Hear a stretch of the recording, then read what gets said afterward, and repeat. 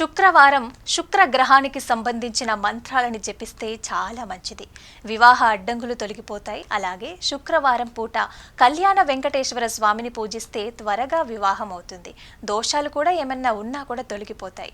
విశ్వాసం, సహనం ఈ రెండు అవసరం. అలాగే ఈ పరిహారాలని పాటిస్తూ నమ్మకంతో పాటు ఓపికతో ఉంటే మంచిది. అలాగే ఈ పరిహారాలని తొందరపడకుండా ఆచరించడం మంచిది.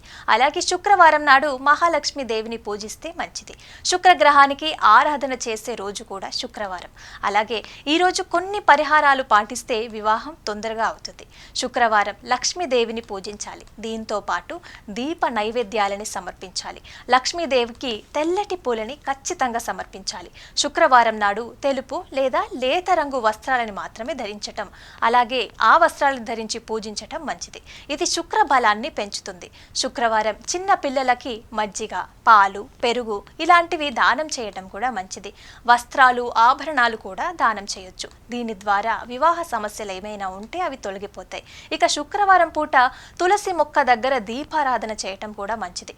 ఆ తర్వాత విష్ణుమూర్తిని ఆరాధించడం, దీంతో ఒక మంచి జీవిత భాగస్వామి అయితే లభిస్తారు. పూజ ఏదైనా కార్యాన్ని మొదలు పెట్టాలనుకుంటే మొట్టమొదట వినాయకుడిని పూజిస్తాము. శుక్రవారం గణపతిని పూజించటం వల్ల వివాహం తొందరగా అవుతుంది. శుక్రవారం శుక్రగ్రహానికి సంబంధించిన మంత్రాలను జపిస్తే చాలా మంచిది. వివాహ అడ్డంకులు తొలగిపోతాయి. శుక్రవారం పూట కళ్యాణ వెంకటేశ్వర స్వామిని పూజిస్తే త్వరగా వివాహం అవుతుంది. అలాగే ఏమైనా దోషాలు ఉన్నా కూడా తొలగిపోతాయి.